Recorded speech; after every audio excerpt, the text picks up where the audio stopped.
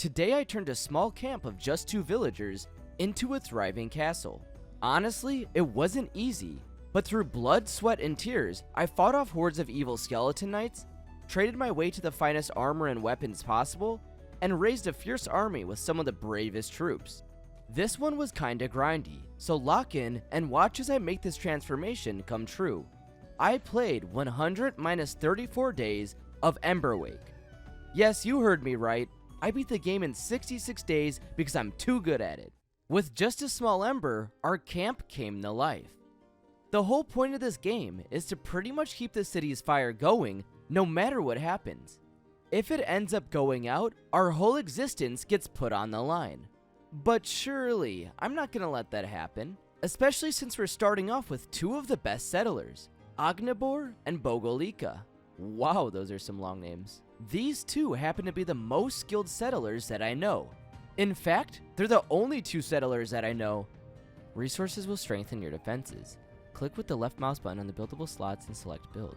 Keep the fire burning with wood. If the bar under the fire empties and no wood is left, the fire will go out, and eternal night will unleash undead hordes. Your villagers are cowardly and will flee to the campfire when danger strikes. Build a merchant stall to equip them with weapons. Gather resources to prepare for the merchant's arrival at dawn. Wow, this is a lot to take in. I just hope that I don't forget anything. After being filled in by the magical text that appeared, I found out that I was able to gather resources, build upgrades for the camp, and sooner or later be able to trade with a merchant. This honestly doesn't seem that bad after all. Maybe we really did pick a good place to settle our camp. Talking about settling in, I already constructed a wooden wall on the right side of the camp.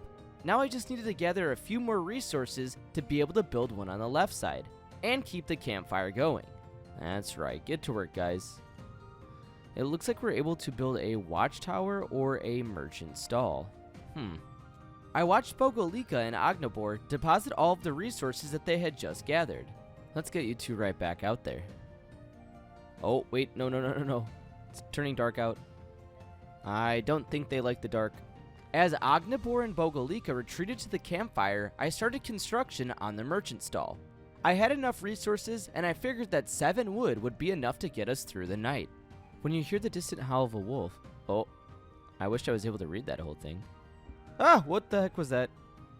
The completion of the merchant stall had honestly scared me. Let's just say that noise was not very pleasant.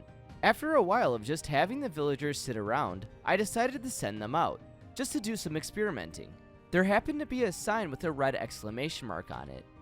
I figured that I shouldn't send any of the villagers past the sign. It just seemed like the logical thing to do. I was very curious though, because I wondered what would happen if a villager went past that exclamation mark sign. Morning time approached, and I realized we survived our very first night. Well, I was able to build a camp, put some walls up on the right side of it, and build a merchant stall all in one day. I have high expectations for what we can complete on this second day.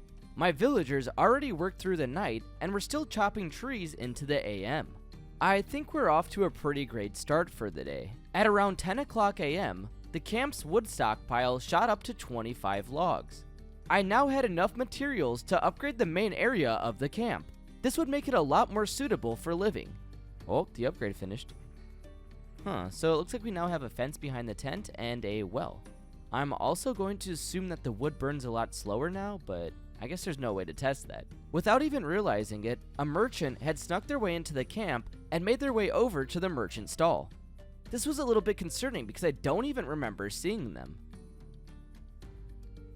Well anyways, it looked like cloth armor and a bow were both up for sale. I unfortunately couldn't afford either of them, so we're not going to buy anything at least for now. I'm not going to lie, the merchant looks pretty cool.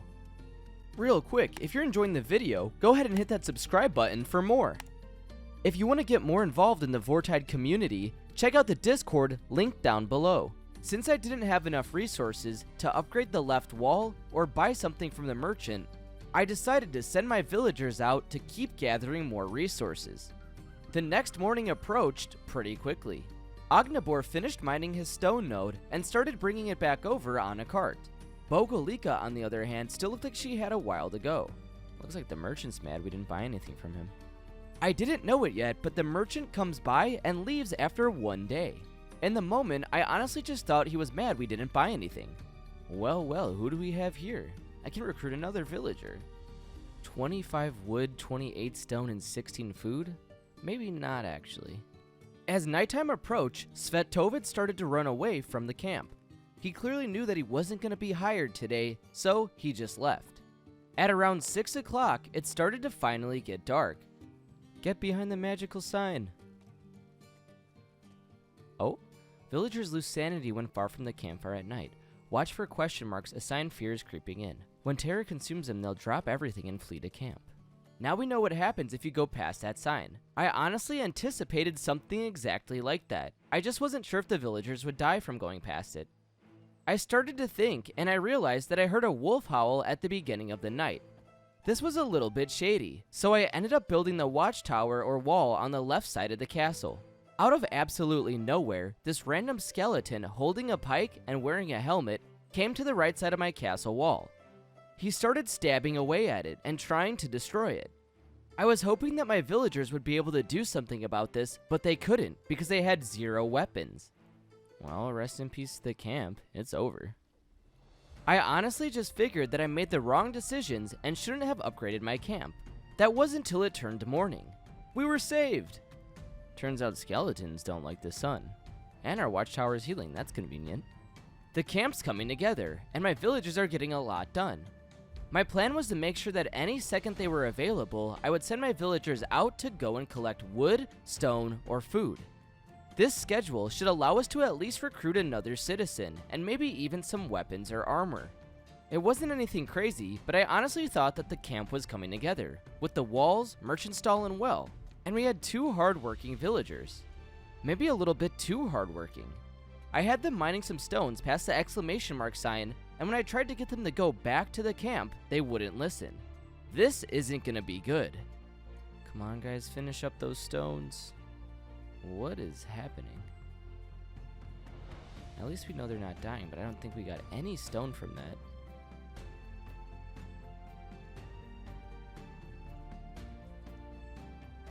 So they're just gonna chill at this campfire now, I guess. I can't even select them either, so they're kind of just locked here. As the next morning arrived, Bogolika and Agnabor were still dazed. At around 8 o'clock a.m., they snapped out of it, and I could send them back to work. That set us back quite a bit, not gonna lie. I'm making a vow as the leader of this village to never let that happen again. That took up way too much time, and we lost out on a lot of resources. Hey, the merchant's back. He immediately made his way over to the merchant stall and set up his 2 items. This time, there was a chest piece and a bow. I didn't hesitate at all and instantly bought the bow.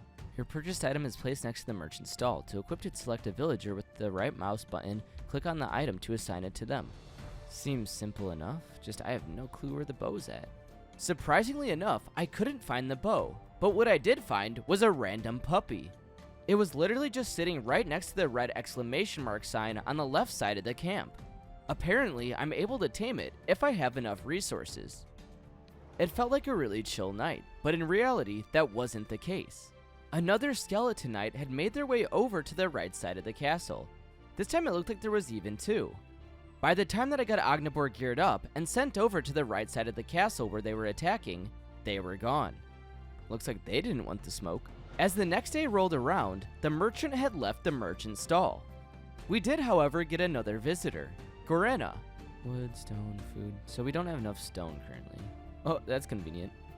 Agnabor saved the day by coming over with a whole cart full of stone. Let's go, we're gonna be able to expand the village finally. The second that Agnabor deposited the stone into our stockpile, I immediately hired Gorena. Uh-oh, we only have 4 wood. Hopefully we could chop this down quick enough. Thankfully, we were able to cut down a tree just in time before it turned night. I also only had around 3 logs left, so we would have been doomed if we didn't. Since Agnabor was now equipped with a bow, I'd made him take point on the right wall. That way, he could watch out for skeletons while Bogolika and Gorena mined some stone. When the sun hit, I sent Agnabor out to help them gather materials. That wasn't till nighttime when I saw 3 different skeleton knights approaching our camp. Get over there, Agnabor. Why does it kind of look like he's hanging outside of the wall? Uh-oh. Go back, go back, go back. No, shoot, there we go. That was close. Ognibor does not miss. I think we now know who's going to be the designated archer of the village. Even when I told Ognibor to go and hunt some rabbits, he instantly took one out with just one arrow. It appeared that we had quite a lot of materials in our stockpile now. I was trying to decide on what I should upgrade. It honestly was a difficult decision. But that was when I noticed the merchant was heading back over to the merchant stall. Maybe he'll have some good items we can buy. Or not. The merchant was just selling body armor, which I wasn't really interested in buying. I didn't plan on having any of the troops fighting skeleton knights in the field, so I really didn't even need to buy either of these items. Every single attack that we have fought off has come from the right side, so I decided to upgrade the right side watchtower. That looks a lot more sturdy. A new villager made their way over to the right side of the castle. This time, it looked like I had to spend 10 more resources just to recruit her. Welcome to the team, Mirzora. Even though I had to spend more resources just to recruit her, it was honestly worth it, because we could now gather more resources every single day. Nighttime approached very quickly, like it always does. Luckily enough, I upgraded the left side watchtower right before an enemy skeleton invasion. If I would have waited a second later, the enemies would have been able to run right past my castle walls. Oh cool, the watchtower is shooting arrows now. After the enemy skeletons were dealt with, I sent all 4 of my villagers out to gather resources. Oh shoot, I completely forgot about the puppy. I felt pretty bad just leaving it out in the wild by itself, but I knew that I needed to stockpile as many resources as I possibly could, especially since I didn't know if the merchant was going to have anything good this time, or if we were going to get another villager on our doorstep. I just randomly thought about this, but the merchant came on days 2, 5, and 8. It seems like he's coming every 3 days. Well, I guess there's only one way to find out now. It's day 11, so he should be coming today. And what do you know? That checks out. I was 100% convinced that the merchant comes every 3 days at this point. That also means that we might be getting a new villager every few days as well. Ognibor does not miss. The merchant was finally set up. This time, I saw some body armor and a spear. Don't mind if I do. Now I just gotta find out who wants to use it. It was definitely the perfect night to buy another weapon. A bunch of skeleton knights were all running over to the camp. I gave Garena the spear. That might have been a mistake though. What are you doing out there? Get back here. Go, go, go, go, go. I'm honestly shocked that Garena didn't die. She ran right outside of the camp walls into a bunch of skeleton knights. They were all swinging at her, but thankfully, she just barely survived. I think that we're gonna stick with bows from now on. That was way too risky, especially since villagers are expensive. There goes the merchant. He's definitely just like, I'm out of here after last night. My other theory about new villagers was correct. A potential recruit named Bogomila was standing right outside of the camp walls. It appears that the day after the merchant comes, a new villager recruit stops by. That's pretty convenient. Now I know exactly when I can recruit new villagers. I decided to go with the campfire for my next big upgrade. Alright, here goes nothing. It looks like we got a straw roof and wooden walls. Nice, that's honestly pretty cool. Super simple. Oh, what is this? Nurture the seedling. Seems similar to taming the dog, but it's a tree. The campfire finally finished upgrading, and 3 of my villagers were just standing there observing the beautiful new house. Hey, don't judge, it's better than the tent. Hard at work. Literally everyone. I decided that it was finally time to tame the dog. This was no small decision, because it costed me 20 wood, 20 stone, and 20 food. But I ended up doing it anyways, even though I didn't know what the dog was going to provide for our camp. Oh, look at him walking. I'm going to call him Steps. Steps wasted no time at all heading right over to the camp. We didn't even need to tell him where to go. Yo, he's not shy at all. He's walking around like he owns the place. At nighttime though, Steps didn't seem as confident. A whole bunch of skeleton knights were charging the right side of the camp, which honestly made him scared. Alright boys, let's do this.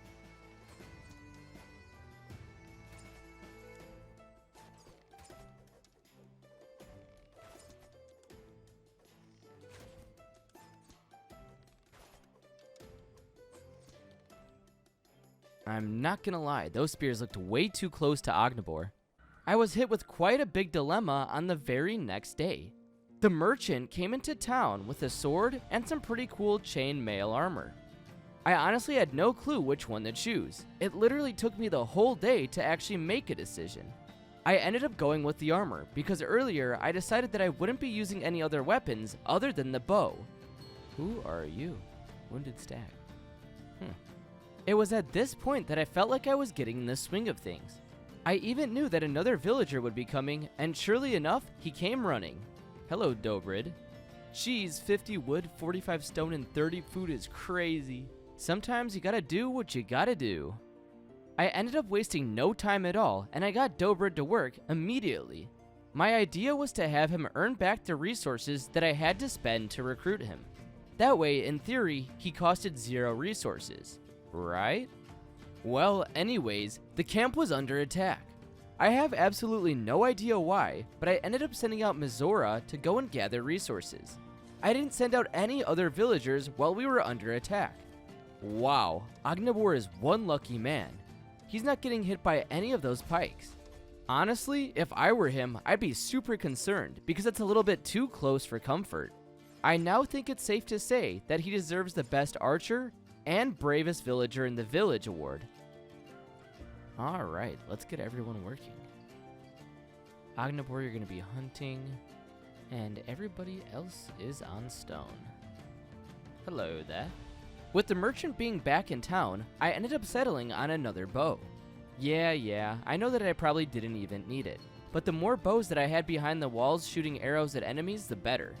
16 nights of constant work is pretty impressive, so I decided to let all of the villagers have a little bit of a break. It wasn't really anything spectacular, but everyone gathered around the campfire and checked out the new weapons that we had acquired. Is it just me, or does it seem kind of bright out for nighttime? I kind of dig this. With the moonlight being so bright, I finally felt comfortable sending out my citizens to go and do work during the night. Everyone goes out and works anyways, regardless how dark it is, but I at least had peace of mind because I could see my villagers for once. The next day was feeling pretty average. Some hunting, gathering, and everything else that normally happens was going on. That wasn't until I started constructing a livestock stable. Ooh, chickens.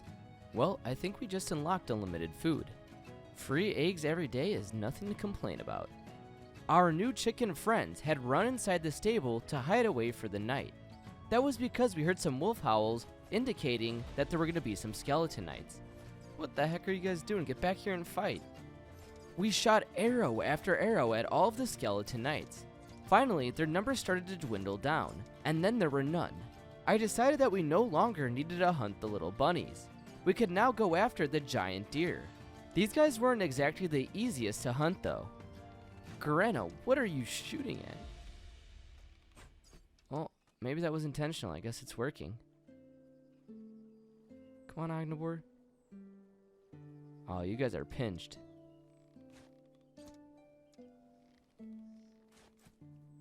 There we go, first deer, and a bonus bunny. This time, when the merchant came by, I ended up buying the cloth armor he offered instead of the bow.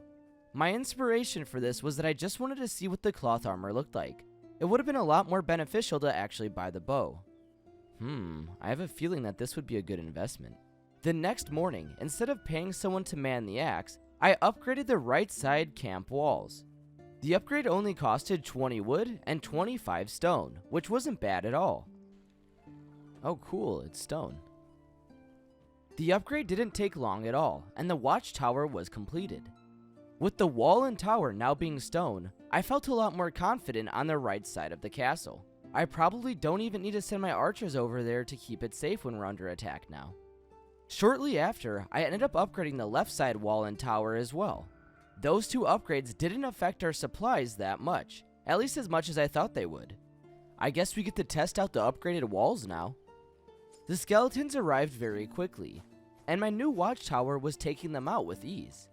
It looked like they were almost doing no damage to the tower and walls themselves. They're gonna need to come with a lot more troops if they actually want to do anything next time. Wow, it's been raining for almost a day straight. Usually we don't get this kind of bad weather. To kind of brighten up the day, I decided to nurture the seedling that was right outside the camp walls.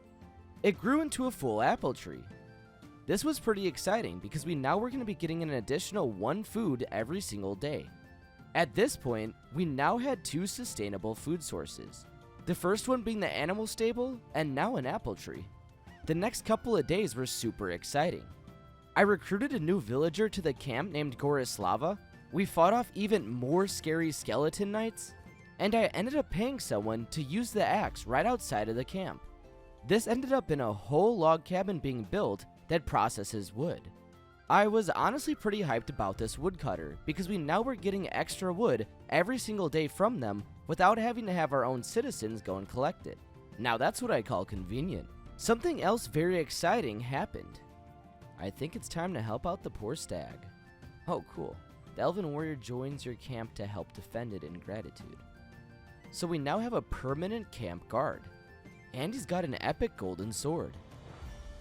I really didn't expect such a cool reward from helping that stag. But hey, I'm not complaining. I realized that my spending spree over the last couple of days had costed me most of my materials, especially wood. I decided to dedicate an entire day of just collecting wood, and boy did it pay off. I went from having 12 wood in the morning all the way up to 72 wood. Who are you? Since we now had a surplus of wood, I decided to surround the whole castle with wooden walls. We already had some walls and gates, but now the whole thing was surrounded.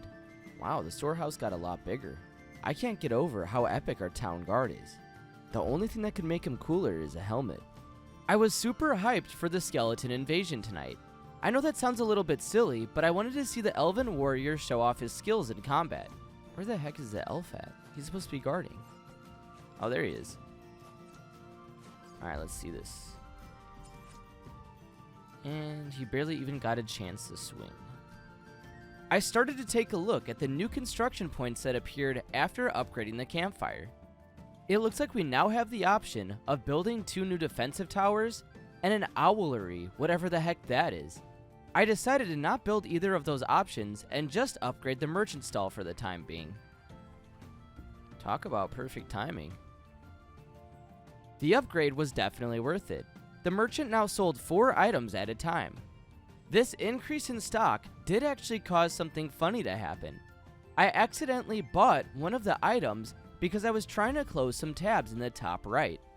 These merchants nowadays do anything to make a deal. The next day came up quick, and I honestly just gathered materials until the end of it when I built the owlery. I still have no clue what this does, but I guess we'll find out. It was time for another invasion. Actually, right as the owlery finished, the enemy skeletons started charging my castle. Uh-oh, what the heck are you still doing out there? Get back behind the castle walls. Come on. Okay, we have some time. Hopefully he makes it in. Oh, we're chilling. Nice. Thankfully, the whole situation got resolved, and I realized that Ognibor almost lost his life over some wood. Thankfully, the skeletons aren't as fast as they are scary. When the next morning came around, I upgraded the livestock stable. Hopefully, this gets us more food per day now.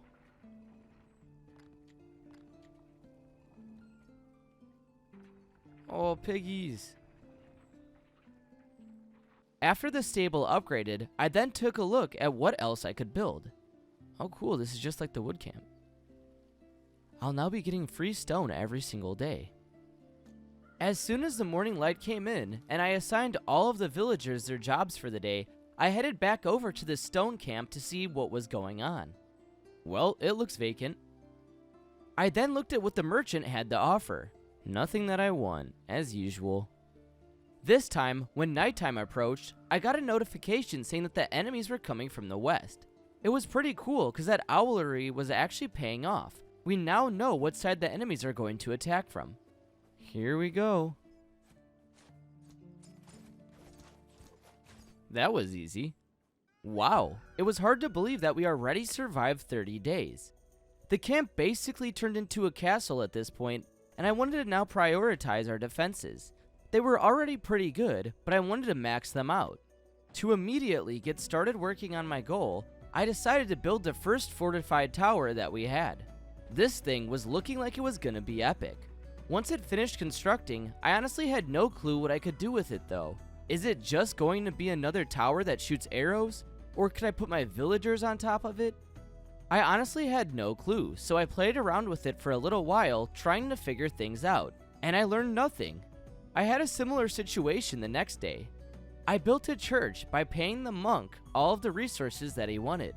I had absolutely no clue how to interact with it or have my villagers interact with it.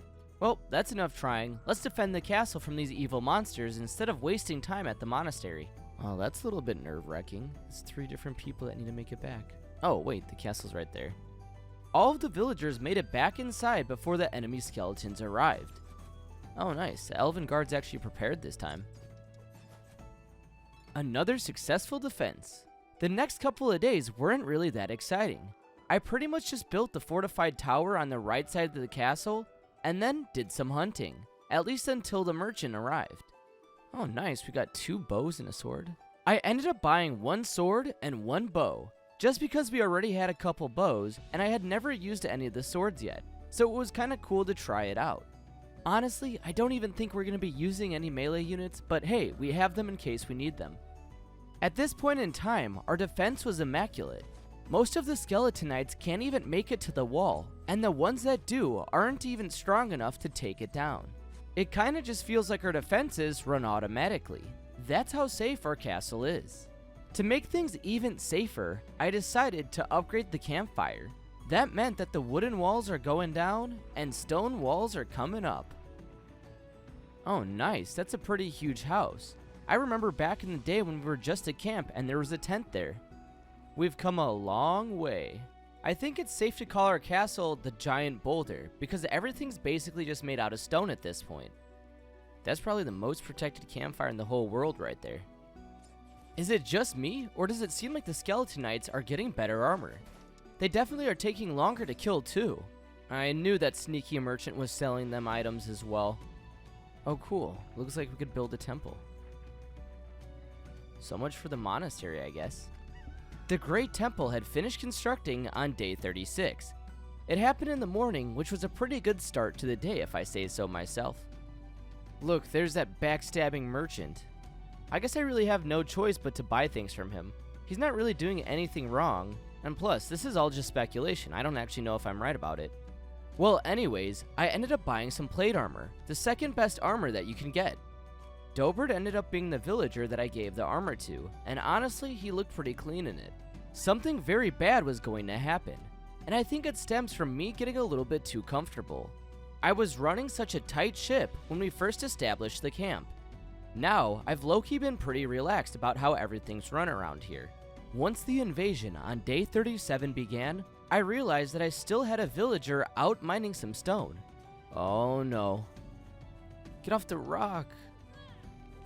I can't even select you. No! No.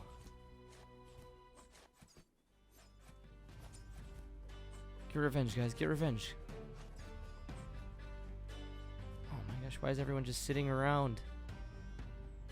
Shoot. If only I followed my own rules and didn't send somebody out to mine resources during nighttime. I had no clue what was going to happen now. I never had lost a villager before, and it seems like all of the potential recruits stopped coming to our village a while ago. Despite the tragic loss the night before, all of the villagers were good to work the next day. I'm sure they were all very sad about what happened, but they knew that we needed to keep on going, otherwise they would be next. It looked like the campfire was able to be upgraded once again. It costed a whole lot of resources, but I ended up investing in it, and boy, was it worth it. A giant castle keep erected out of basically nowhere. This thing was so huge you couldn't even see the top of it. Now that's impressive. Oh cool, and it looks like we have some new construction options as well now. Let's see, portal and armory. Okay, cool. I was pretty excited about the armory because I didn't really know what it entailed at the time. Is it going to be a place for us to store our weapons, or is it going to give us a bunch more troops, or what's going to happen?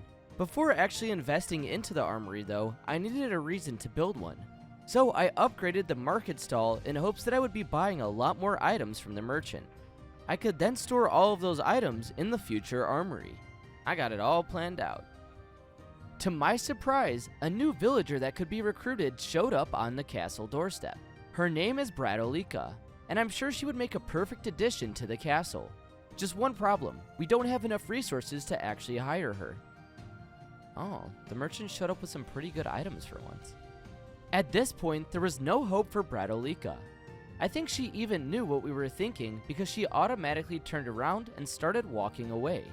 Hopefully we didn't make you too mad. Don't take it personally, jeez. Invasion time. The Skeletonites were attacking from the west side of the castle this time. I honestly wasn't even that nervous for the invasion because we had our defenses on lock. These guys don't even stand a chance anymore. I think we're going to be set for the next few days. After that though, I don't know how hard the monsters are going to get. The time has come. I started building the armory. I started thinking about it, and it really didn't make sense to buy a whole bunch of items and then build the armory. Because what if I can't even store them in there? This wise thinking made me just send it, so I built it. This is probably going to be the second coolest building in the whole castle. Second to the keep, that is. Right as the armory finished, a giant knight wearing green clothing ran out of it. This guy was huge. He was taller than all of the other citizens, and his sword was giant.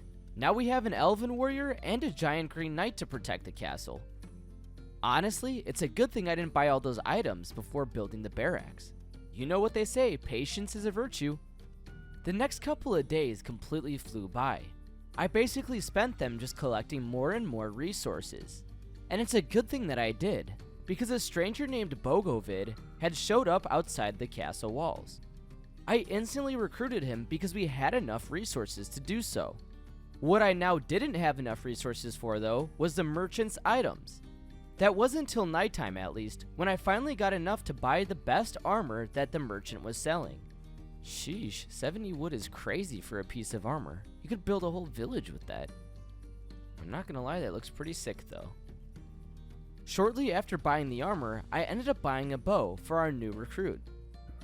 This weather really stinks. I'm sure everyone was hoping to stay inside today. Well, that's exactly what didn't happen. Everyone headed out and did their duties. This is life or death, because we need to stay one step ahead of all the skeleton monsters. And if we don't, we saw what happened to that one villager. Enemy is coming from the west. It looked like tonight's invasion consisted of quite a few more skeletons than normal. So their gear is getting better and they have more numbers now. Regardless of how many skeletons there were, we were still able to take them out with ease. Sadly enough, I didn't get to see the Green Knight in action though. What I did get to see is the construction of the portal. This thing costed me 150 wood, which is insane. This portal better be good. Bogovid didn't even cost 150 wood. Wow, this thing is really taking its sweet time.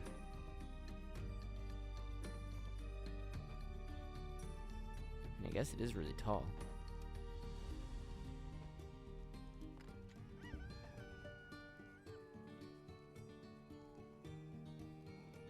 Portal built. Alright, what does it do though? After not being able to figure out what the portal did, I continued on my day as normal. That's right, get out there and collect some resources. I still had absolutely no clue what the portal did. When I clicked on it, I needed 100 stone to finally upgrade. That's not going to happen for a while, especially since I need to upgrade the temple and armory first. That's very tempting. After thinking about buying the chest piece all day, I finally did.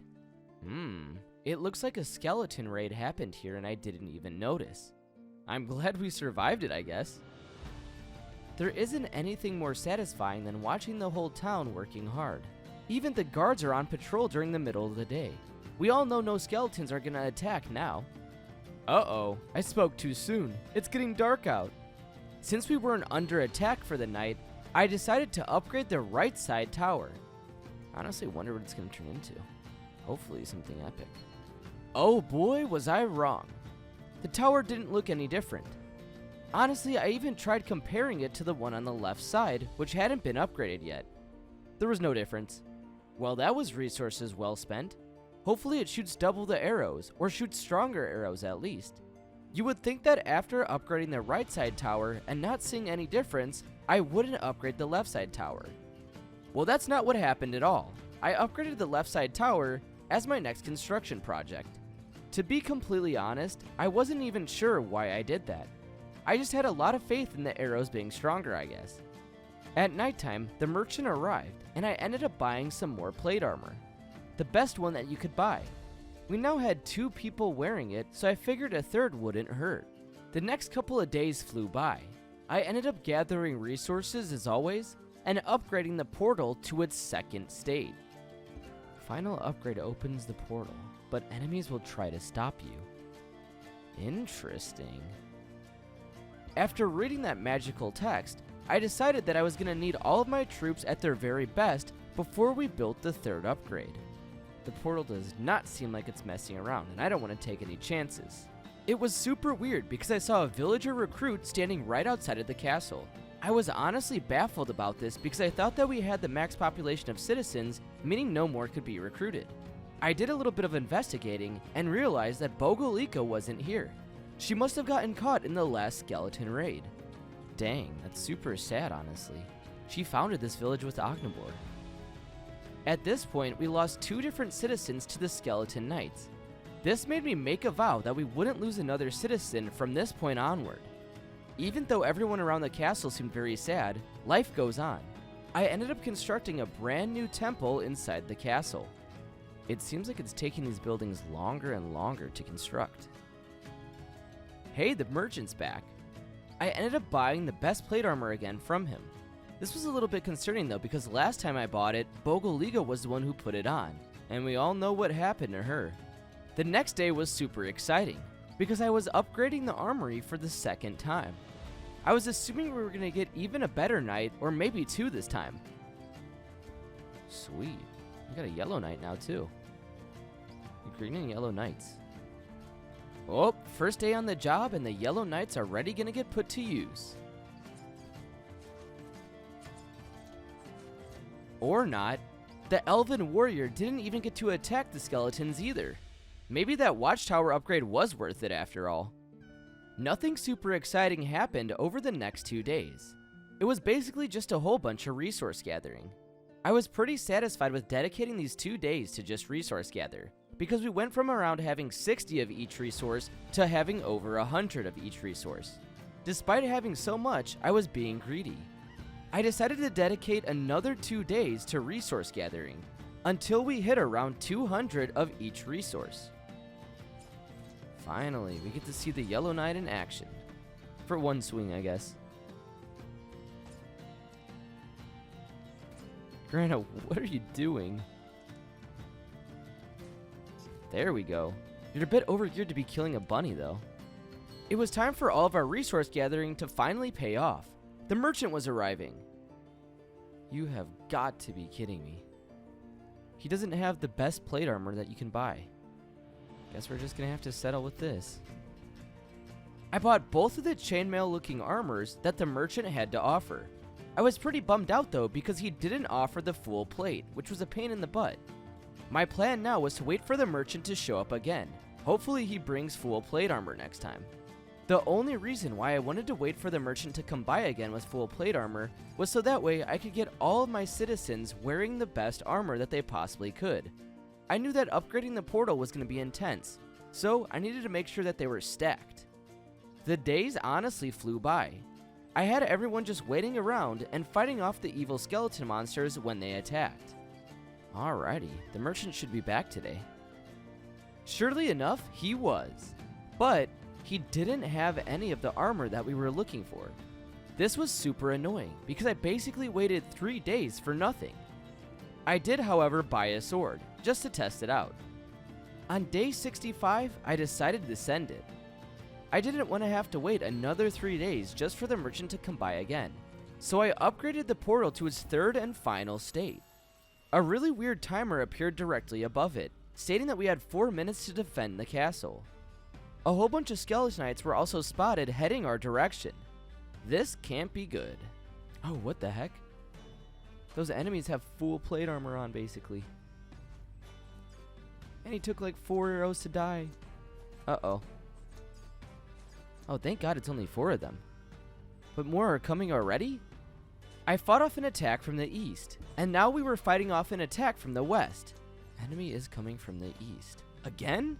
This was by far the most coordinated attack that I've seen the Skeleton Knights pull off. And it seemed like the number of Skeleton Knights in each wave was getting larger and larger. I'm honestly surprised it even turned daytime at all.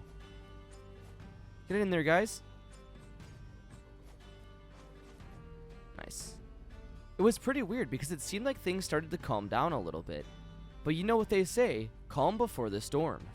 Surely enough, the next wave of skeletons made their way over to the left side of the castle. That actually wasn't too bad. I must have spoke too soon. More are coming now?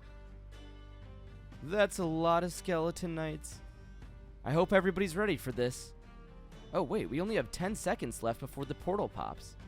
That went by a lot quicker than I thought it was going to.